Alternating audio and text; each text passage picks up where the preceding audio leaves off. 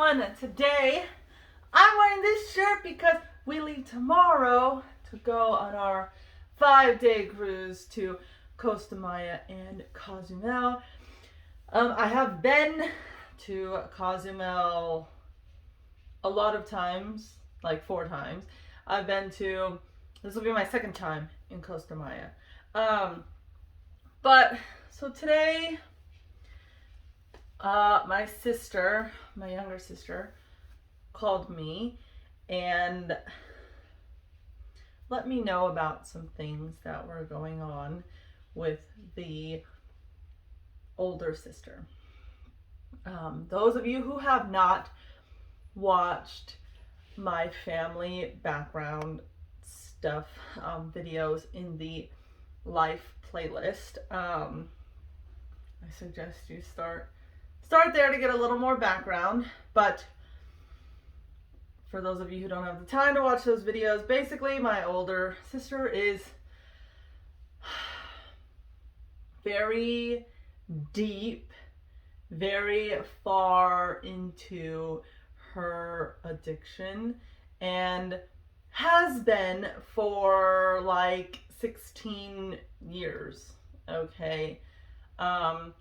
She is gonna be 32 soon, and she's been using since she was like 14, 15 years old. At least that's around the age that we found out. So who knows if it started any sooner.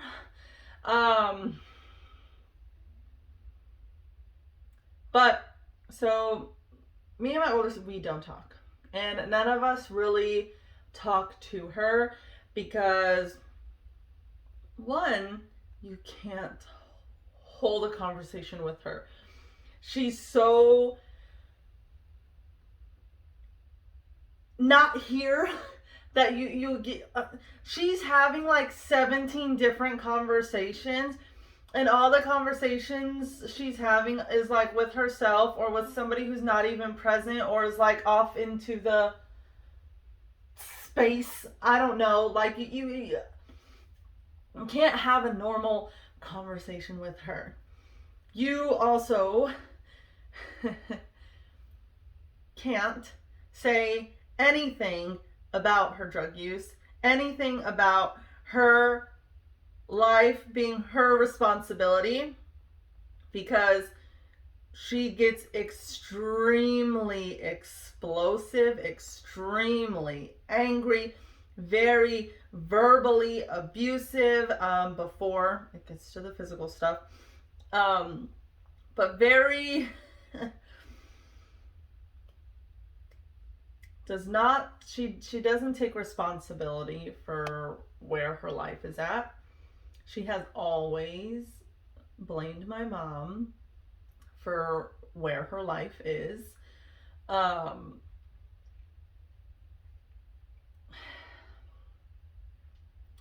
So we don't talk to her. We've tried helping her out on numerous occasions. Almost every single person in the family has said, hey, look, we're willing to help you. My sister, my younger sister, who has 2 kids of her own, has told my sister multiple times that she could come and live with her. My dad has offered it. My mom has offered it. Everybody has offered it under one condition: that she gets clean. Like, that is all she needs to do. And she can't. She is also in major denial that she's even using. It gets so bad that she says things like, oh, somebody was drugging me this whole time, like without me knowing, and so that's why I've been like this. Or it's, yeah, somebody laced my weed, like I'm not taking anything else. One, we all know that's a lie, based off multiple things. One, we found things in her room that indicated other substances, Um, we spoke to some of her friends, and her boyfriend, that is actually a girl, um, spoke to him, and he even confirmed that they were all using other things.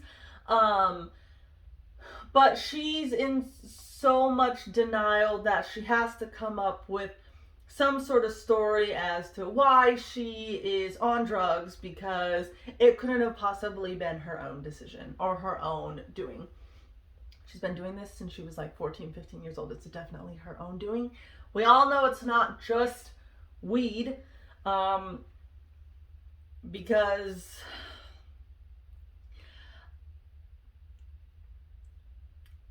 you look at her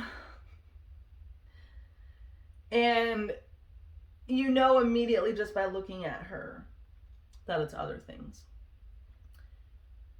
When you hear her talk, and you hear her talk about all her medical problems, you know it's not just the one substance.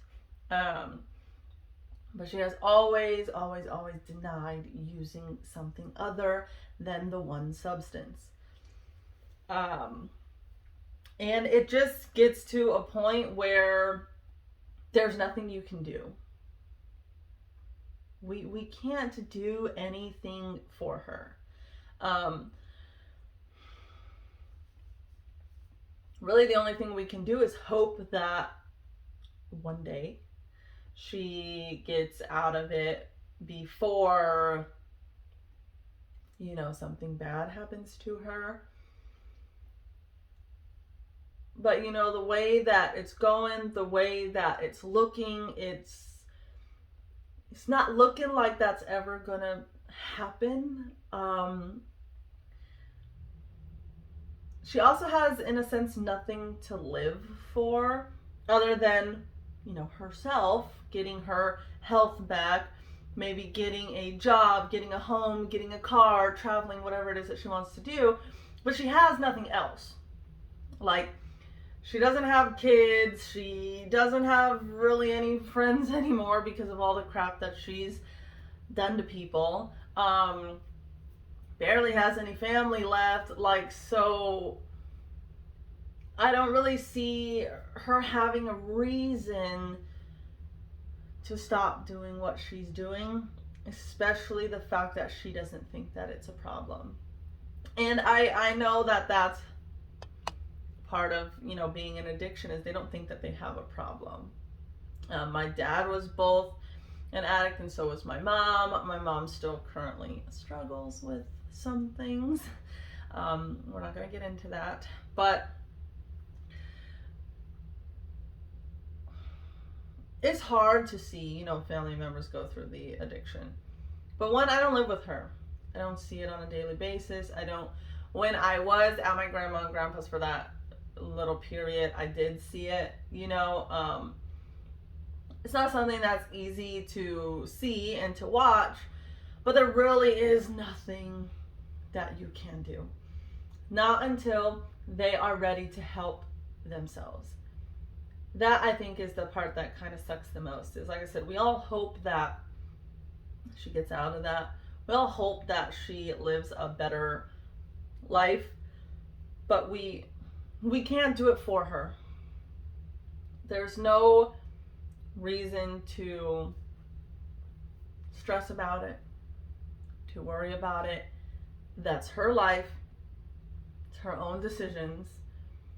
It really does nothing to me in my life. Sure, I would hate to get the phone call that that's what happened to her. But at the same time, like, I have my own things to worry about. I have my own stresses, my own life, so I can't just constantly be trying to help her out or worrying about her and her situation and trying to take care of her and all this stuff. And it's getting worse. It's just kind of like one of those when you thought it couldn't get any worse. And then you hear that it's getting worse and you're just like, what? Like, I like, kind of like my videos on the Marine Corps, if you've watched those or not. Every time I hear a new story or I get an update, my mind is just like, every time, like, really? Like, I didn't think it was going to get worse. I didn't think it really could have got worse. But it is. But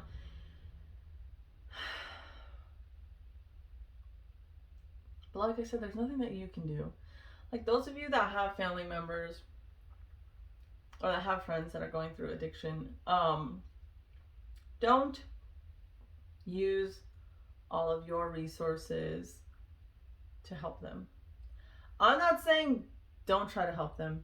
I'm not saying to give up on them. You can still be there for them when they are ready to make those changes. But to constantly try to get them to see it from the perspective you see it, it's not you're stressing yourself out and putting yourself in such a bad situation to help somebody who doesn't care, who doesn't see the problem, don't wear yourselves out trying to take care of this other person. They need to make that decision for themselves. And it sucks, but you might have to not talk to them. You might have to stop going to see them. You might have to stop giving them money or paying for things for them. You might have to kick them out of your house so you don't have to deal with it anymore. Because they're going to just keep using you because you are helping them. Just don't enable them to continue to do what they're doing. Because that's exactly what my grandma is doing. We have been telling her this for years, ever since my sister ran away and went to my grandpa's like 10 years ago or something, like actually more than 10 years ago. My grandma's been enabling it since the very beginning. And I get it. Like I said, I understand that you feeling sorry for them, feeling bad for them. But they are making that decision day in and day out to continue to do what they're doing. You enabling them is not helping them. You think you are helping because, oh, they'd be homeless if I didn't help them. Oh, they'd starve if I didn't help them. Okay, make them figure it the fuck out. They need something to get them to rethink their freaking life.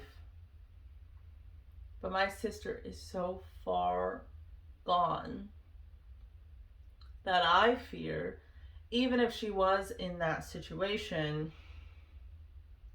it's not going to change anything. She has gotten to the point where she tells us that this is her hell on earth. Like, she's in hell right now, and she is doomed to live like this for all of eternity. Somebody who has like made up their mind to live like this for all of eternity, I don't know how you're supposed to try to help reel that back. She's not in reality. She's in some freaking fantasy land. And I don't know, how do you get somebody who's in freaking La La Land to come back to reality? How do you, especially somebody who's been in La La Land for the last 15 years. It's not like she's only been in La La Land for 6 months. She's been there for 15 years. Even if she were to somehow get out of all of this and be clean,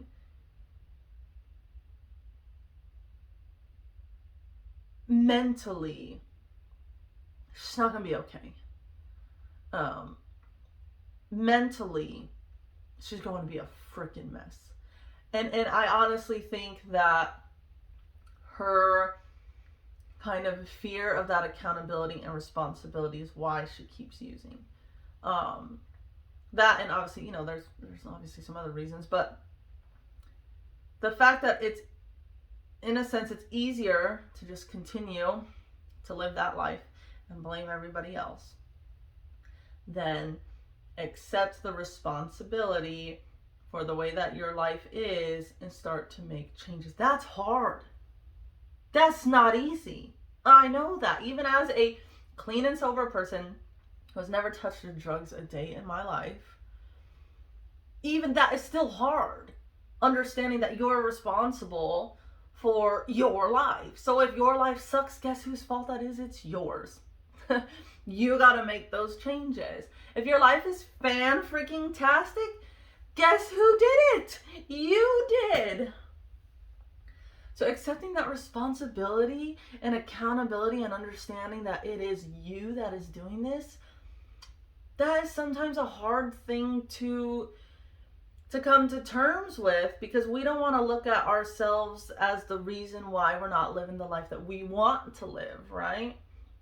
There's so many things that I want to do in life, and I know the reason why I'm not there is because of myself. And that's a hard thing to sit there and tell yourself. Like, it's my fault that I'm not. So, but the good thing about that is I know then what I need to do, what I need to change, the steps I need to take to get to where I want to get to. I don't have to rely on somebody else to do it. I get to do it. I can do it. So that's like the beauty, but also, I don't like saying curse, you know, but also like it's a good and a bad of knowing that you're responsible for where your life is. But she literally blames everybody else for where her life is. She blames everybody else for her addiction. She blames everybody else for the reason why she doesn't have the job she wishes to have. She blames everybody else for the fact that she keeps getting kicked out of everybody's homes because nobody wants to deal with her shit. She just blames everybody for everything. Even when you try to help her, you really can't, because it'll just blow back in your face, and then she'll start verbally abusing you. And, you know, you just say, screw it. Bye. Let me know when you're ready to make a change. But until then, I want nothing to do with you. Like I said, I don't talk to her. None of us really do. She said happy birthday on my birthday, and I said thanks. That was the one time I talked to her this year. All the other years, it's because you can't talk to her. She's not mentally there, here, whatever you want to call it.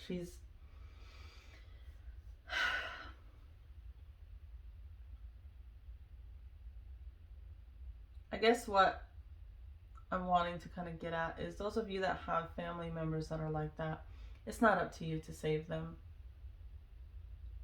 It's not up to you to attempt to do this for them, because you can't.